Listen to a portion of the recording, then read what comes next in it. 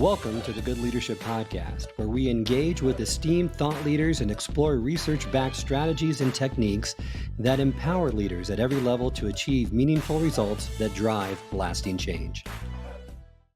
The next area that you find a lot of great leaders have, right? Effective communication. You brought it up initially at the beginning of our conversation that although everything in the world changes over time, one constant is the interdependency of effective communication with great leadership.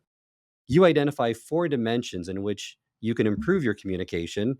Those dimensions are clear and accurate message transfer, active listening, charisma, and carriage skills.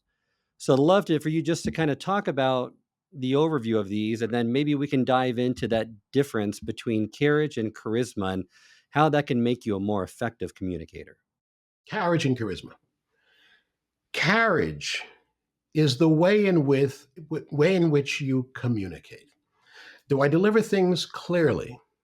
Do I deliver things in a way that keep people engaged? It's more the mechanical side of communication. That's what I'm looking for. Charisma is the way that I can grab your heart and pull you in, that I can grab your motivation and yank that in the ways, the tone, the gestures, the facial expressions, the connections that I make with you. Those represent more the charisma that pull you in. For example, I've had managers that I sometimes call the manhole managers. They've had great carriage and respect and admiration from me. They do a great job of that. But I didn't like them. I didn't particularly like that person. And if I were looking out the window one morning and they were coming to work and they were in the parking lot walking toward the building and there was a big manhole open with no cover on it, I sometimes think to myself, I just hope they just walk a little bit more close. There you go. Get right in that hole. I didn't like them. The people with charisma, I was drawn to. And I would jump out the window, in effect, to protect them. So the charisma actually builds the relationship, the warmth and the engagement and the commitment, while carriage is showing that you have the skill and the ability to deliver things in an engaging, compelling way. And both of those work hand in hand and are certainly both important. I love how you distinguish the two, because really it's the visual behaviors are more of the carriage skills. It's the first things people will notice, your facial expressions, the way you walk, your posture, and how you separate those out from the charisma piece, which is really the words, the tone, and the more language, the eye contact and the optimism that you have. Let's try to go through maybe just a few quick tips on each one. On first with those carriage skills, what could a leader do to improve that area of their leadership? What would you recommend first? Well, there are just so many things, and I'm going to do some that I think are just kind of more interesting and fun because we do it all the time. But mostly to focus on things that we never normally would think of, but the impact is there. I mean, for example, here's a quick example. I've got my phone here. I'm going to start talking to you like this, and I'm going to say, look, Charles, one of the things we need to look at when we look at leadership is to recognize that pretty much everyone has the skill, but we need to start at an early age. And I would like to talk about that. And I continue. Now, I want you to feel the difference between this message and this message when I'm talking to you. It's rhetorical, but do you feel a difference? I do. Of course. And everyone does. Everyone would feel much more connected. By the way, I wasn't reading the phone. I wasn't looking at it. I wasn't doing anything at all. I never looked once at it. But you felt this sort of disconnection. And I'm sure that if you left the room and someone said the next day, what do you think of Steve? I don't know. I don't like that guy. You might reach that conclusion. And if they asked you to define why, I would challenge you to call it out. Everyone said that. Everyone's used that expression. I don't like that guy. Why not? Can't put my finger on it. That's the expression. I can't put my finger on it. But by the way, can't putting your finger on it, or intuition is what they sometimes call it, is not intuition. Intuition is a concept. The reality of the intuition is that I'm reading micro messages. Things like that, eye contact, facial expressions, tone of voice, responses. Do I respond with a yes when you say something, even if I disagree with you? I can disagree with you and start with yes. Yes, I totally understand what you're saying. And I can see why that would be something that, if it were applied well, could work in these areas. What I'd like to do, though, is show you another perspective and why I think that might actually get us there more quickly. That's how I can deliver my disagreement with you, rather than saying, Charles, that won't work. That won't work. Another example is giving someone feedback. I want to make sure I do a good job. I want to be a good leader. So I want to make sure I give Charles good feedback. So I come to you and I say, Charles, let me offer some suggestions that might help next time. It's fine. Or I could say, Charles, let me tell you what you did wrong. Now, I don't know about you, but I could hear the first one all day. I mean, when I say all day, I mean literally all day. Steve, let me offer some suggestions that might help next time. All day. On the other hand, I just need to hear one time, let me tell you what you did wrong. And I don't want to hear any more feedback. And you wouldn't either. And I tell people, if you just did that one thing just that one thing differently, you'd see a different level of receptivity by others to your feedback. It's a micro message change. These micro messages, no one's going to walk away thinking about the phrasing of that expression as you began the feedback. But if I hear you do it differently to different people, I walk away knowing that I'm not in that inner circle. And that's what we want to achieve as that evolved leader, is to motivate and inspire people to perform to their potential by recognizing some of these subtle cues that we both send and their influence on others, as well as the ones that we receive and their influence on us, and then being able to address them and fix them. Absolutely. Tone, language, all of that plays a factor, and you demonstrated that so well through those examples. The other leadership trait that everyone says is in their top 10 when you ask executives what's one thing that they really need to have to be a great leader, that's persuasiveness.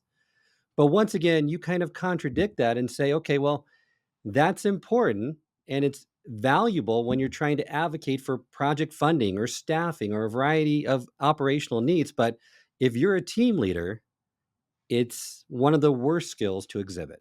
Yes, absolutely. And thanks for bringing that one up, because in my opinion, that might be one of the worst perceived good but ultimately bad skills to have.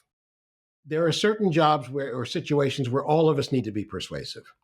Certainly, if I'm an attorney, that's a core part of my job, of course. If I'm in sales or marketing, being persuasive is essential. And all of us have to be persuasive in certain situations, as you mentioned before, advocating for a budget.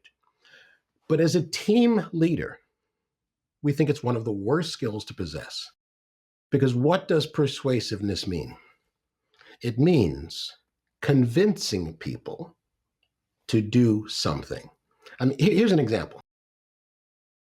If, let's say I wake up this morning and I'm the boss and I have this brilliant idea and I'm very persuasive.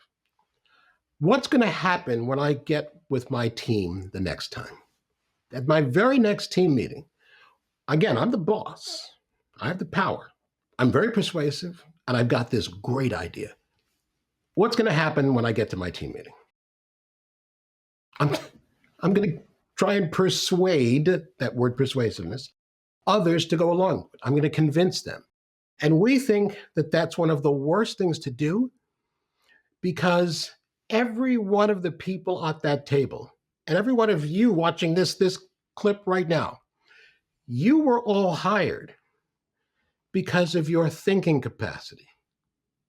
None of you were hired because of your big muscles or your good looks, as impressive as they might be. You were all hired because of your thinking capacity. If that's the case, then how could I ever be a great leader if I don't tap the great minds of the people with whom I work to determine the viability of an idea, unconvinced, unpressured, unpersuaded by me? If I'm the boss, I have the ability to make whatever final decision I choose to make. We say great leaders do that. They tap those great minds with openness. They process it. And then they make what we would believe would be the best decision, not the one that I believe is the one that I need to drive over you. That's the reason we think persuasiveness is so terrible. By the way, in one environment, I thought that This wouldn't make sense. And that was military. We do a lot of work with, in particular, the Marines. And I was with a bunch of their generals. I think there are 20, well, I think it's 24, 25 multi-star generals. And I thought in this environment, everything as we might imagine is you take orders, yes, sir, no, yes, ma'am, and you salute to all, command and control. And in speaking with the commandant of the Marines, he said, what you just described is exactly what I find myself doing with my generals. I have the power. I'm the commandant. I work with the Joint Chiefs of Staff. I have that power. But I always, unless we're on the battlefield conceptually, I always tap the great minds of the people with whom I work. I don't always go with what they say, but it always becomes a part of how I reach a final decision. That's what we want all of you, in effect, as leaders and as colleague leaders to do in the workplace as well. Absolutely. Makes complete sense to me, even though it's counterintuitive the first time you hear it, because persuasiveness is one of those qualities that you associate with great leaders. Another common theme with leadership these days is being authentic in your leadership. It's all about authenticity. And you kind of turn this on its head as well, saying the goal is the goal, not authenticity. As long as the actions of your persona don't fall outside of your realm of core values, the goal is not to be authentic. Yeah, I know, and that one does get a lot of pushback sometimes. But I will tell you also, after discussion about it, almost everyone, I mean, pretty much everyone, turns 180 degrees and they end up agreeing with this. Not that I'm trying to be persuasive, but I want to present perspective to them. And they often then embrace this perspective. Here's an example. The goal is the goal, not authenticity. Let me start with, because people say sometimes, be yourself. Authenticity, be your authentic self. And we've heard that for the last couple of decades now. Be yourself. Well, the question I would ask people is, who are you?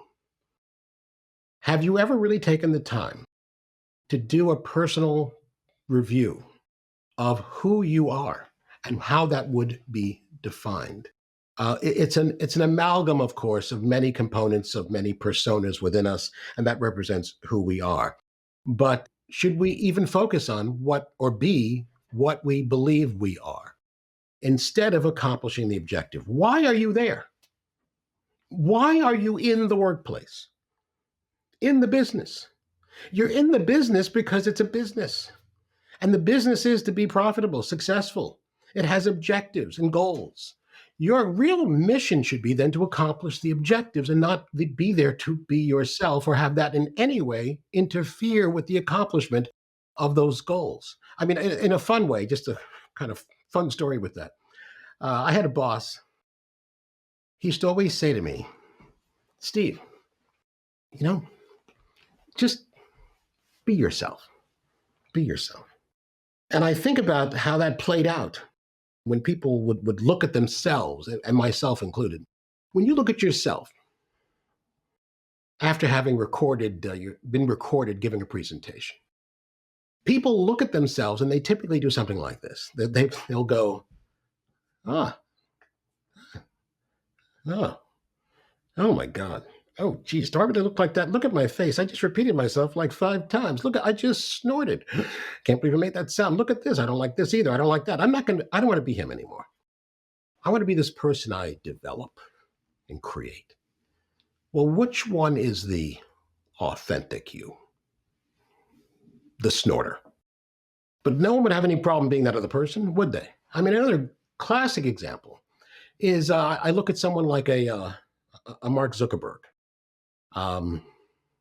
Being authentic would be for him to behave in the way that he does as an executive at Facebook.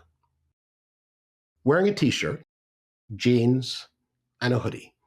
Coming into a professional work environment dressed like that. How was Mark Zuckerberg dressed when he testified before Congress on the 4 occasions that he has? Everybody knows that. White shirt, suit, and tie. Was he being inauthentic? Was he being a fake and a phony? And I would say no. It's really about being effective at what you do, as long as it doesn't fall outside of the realm of your core values. I don't want someone to fake it and wear a sari to connect with somebody who's of a certain profile. I want you to not step outside of the values, but I want you to do whatever it takes to accomplish the objective, as long as it falls within your core values. I was talking with a teacher about that, and she's in the book, Susan Richards. And she said, you know something? I have many different personas. There's the person who we really are, and there's the persona that we project. And all of us have or should have multiple personas. She said, I'm one type of, or I project one type of persona when I'm with my high school students. She said, I have a different persona when I'm communicating with my husband, of course. And yet another one when I'm dealing with my grandchildren. And yet another when I deal with my friends or neighbors, and so on. These are all her, but these are different components and personas that she projects. And the important part is, which is the authentic you? And in effect, as I mentioned, it's sort of an amalgam. But you take the one that's going to be most effective and apply it in the environment that gets you to the end game. And one more time, as long as it doesn't violate your core values. Oh, that bears repeating. I mean, evolved leaders, they got to have that agility to assess each audience or individual with whom they interact with, adapt that persona while never being untrue to their own core values. Such an important distinction. And I am in complete agreement after I read the book and have changed my stance on authentic leadership because of it. Let's move to another big aha for me. And that was, how do you think about humility? You state that it's overrated. And you bring a great distinction in the book on, are you bragging or is it more self promotion or what you call productive advocacy? Yeah. Interesting. I say that, and people also sort of recoil when I say humility is overrated. A little bit of the history of why humility is treated the way it is. Ego. Ego drives so much of the bad decisions that we make in life. They really do. Many of those decisions are made not based on wisdom or effectiveness, but self-protection, saving face, those kinds of things. So that's one of the reasons. But when we look at humility, it aligns with all of that. And I don't want to make someone feel bad.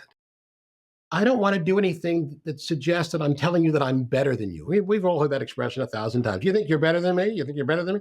Nobody wants to be perceived as the person who does that. Well, some people do. We do know that. But in general, that's what we want to avoid. And you're thought of as a not so good person. You're kind of déclassé if you go around bragging. So you know what we do? We don't go near it. Just like what we see in our society today about cancel culture. I'm not even going to touch this subject. I won't go there because people will perceive if I even question why this government or that group is doing what they're doing, I'm going to be seen as the enemy. So stay away from it. Don't touch it. And as a result, you never get yourself out there.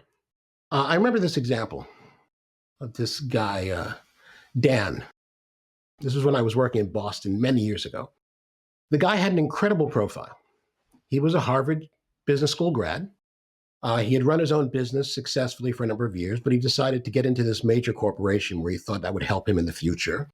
And tremendous successes, which I learned after getting to know him only because of a long period of time. Anyway, one of the hiring managers was looking for somebody to take on a role that he would have been perfect for. And he casually spoke with Dan, I later found out, about this job and views, and Dan gave his perspective and opinions, but never shared with the manager all of his great successes and attributes. Somebody else got hired for the job. I knew the manager. I said, do you know about Dan? Yeah, I talked with Dan. Do you know that he is a Harvard grad? No. You know, he business school? No, I didn't know that. You know, he ran his business. You know, he did this, and this. I was like, no, I never knew all that stuff. And then I thought about it, and I said, Dan, he's so humble. You'd never know, the old expression, you'd never know that he's such and such. And we say that with admiration. Like, they're so wonderful for doing that. when in fact Dan missed out on a great job because he didn't know how to do effective advocacy, personal, productive advocacy of himself. You don't have to go around bragging. Obviously, I would never suggest that you go around putting people down and talking about how great you are, but that you do it well. Oh, by the way, in our personal lives, we shift that. It's amazing how that flips, Charles. I would never talk about my great grades to a stranger or even somebody who I was having a conversation with. I wouldn't say, I got this great grades in my test. I wouldn't do that. But at home, if your child comes home and doesn't tell you, hey, dad, hey, mom, I got straight A's in my report card, this, that, the other, or, today in school, I got my test back and I got a 93. It was the highest score in the class. Really? Yes, it was the highest score in the class. And I'm so happy and I'm so proud of you, son. Nobody would turn to their kid and say, just don't brag. Just keep it to yourself. Don't share it with anybody. Of course you tell your family. So why shouldn't you tell others? What's the fundamental difference there that it's okay to tell this person but not tell this person? And that's because of ego. So what we say is it is important for people to know what you can do, what your interests are, why you think those skills are good, how they can apply to the workplace, but without putting people down or flashing them. So that's some of how this humility is overrated plays out, because you miss out on opportunities. When you have a great example in the book that I'd love for you to share, where it was with an executive VP at a major financial institution. He was the head of HR, and it was an in-person meeting. And as you were leaving the conversation, he asked you, where were you going to sit in the conference room? And your answer gave insight into where you thought you ranked in the hierarchy of the organization, and he challenged that. I love that, and I have to just recognize him because he's one of my, idols. John Farrell, who was the head of HR for Chase Bank, for JPMorgan Chase, and it was my first 6 months on the job, and he had gotten to know me somehow, and he liked me and thought I had some potential for the company. But anyway, it was before this big meeting. It wasn't just in a conference room; it was a big lecture hall, with hundreds of people there. And I was speaking with him about 10 minutes or so before the meeting was going to get underway to make sure he had the information he needed on something. And I said, okay, John, thanks. And I started walking toward the back. And he said, wait, where are you going? Just as you said. I said, I'm going to take my seat. Well, where are you going to sit? I don't know, somewhere rather back there somewhere. He says, why don't you sit up here in the front? And I thought about it. And I was cautious to do that. And he explained to me that if you were to take the floor of a big meeting and lift it up, let me grab something that's flat. This is the floor. This is the front of the room. And you lifted it up like this, you'd in essence have sort of an org chart where you'd have the higher level, powerful people here all the way on down based on where they sit in that room. He said, don't fall victim to that, because the minute you take that seat, you've told everyone around you where you think you're supposed to be. He said, sit right up front. Talk to the people who have power. Let them get to know you. When opportunities come up, they know you. And the more you get to know them and share with them your advocacy, they will see you as a likely potential candidate for a role. You want to build those connections. And one way is to do that. And yes, it's something, thanks for bringing that up. It's something that has stuck with me, and I've infused that into the thoughts of everybody I interact with. When you're making those decisions, sit strategically to make a statement about where you think you should be fitting in. It's a great story and a great lesson that all leaders should take to heart.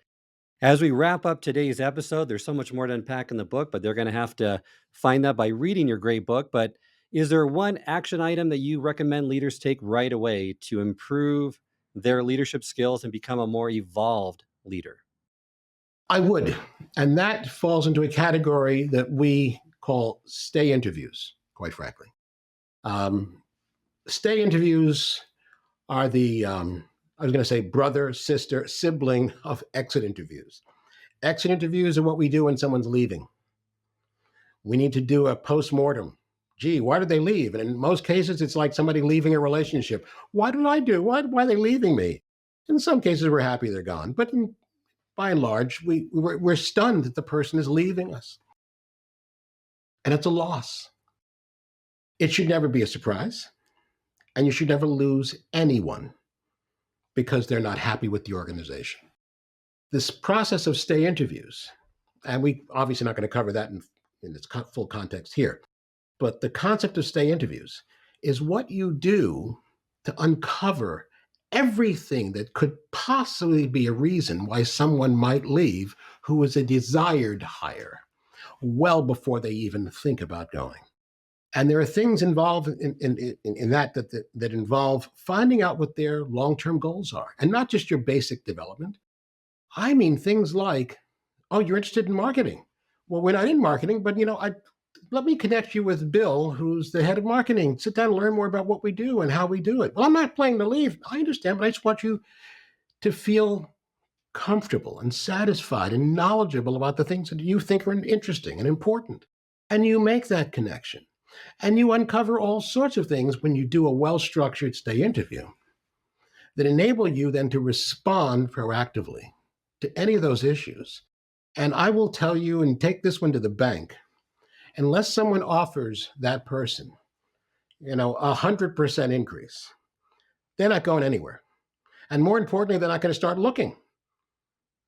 Because people will stay even in places where they're underpaid if they feel that the environment is one that makes them feel respected, engaged, supported, encouraged, creative, innovative, and be able to perform and be recognized for it. That's what pulls people in. So that's one of the things I would focus on, at many of the elements that are defined within the category of these stay interviews. Wonderful. That's something really to push forward with those stay interviews, and feeling value and appreciated is something that really makes a difference, like you said, with many employees. And great insight to end our episode on. Remind our listeners, Stephen, how they can get in contact with you and learn more about your work. Certainly, thank you. The book that we're talking about, of course, which if they haven't seen it, of course, is The Power of Evolved Leadership, and it's available on on all platforms, Amazon and Walmart and everywhere else. And our first book is Micro-Messaging, and they work in concert with one another. This focuses on those subtle messages, whether it's holding the phone, making eye contact. A quick comment about that, if I could, before we break. If you talk to child psychologists, they will tell you that the number one reason that children act out is invisibility. They want attention. And if I'm not getting the attention from you, I will do whatever it takes to get it, even if it's to do horrible, bad things, because at least I'll get your attention, even if it's scolding me, but I have your attention. Adults are not that much different. People want your eye contact. They want your engagement. They want those connections. They want people to know what's important to them and how to get there, all the things that we've touched on, and a lot more. So that's something that we think is an important part of moving this forward. Also, to get in contact with us, the website is insighteducationsystems.com. I hope this episode has provided you with valuable insights. If it has, I ask you to share it with someone who would also benefit from it. If you've been enjoying and gaining knowledge from this podcast, then subscribe to our YouTube channel, where you can find all the previous episodes of the podcast and additional learning resources. You can also subscribe to the podcast on Apple or Spotify and leave up to a 5-star review.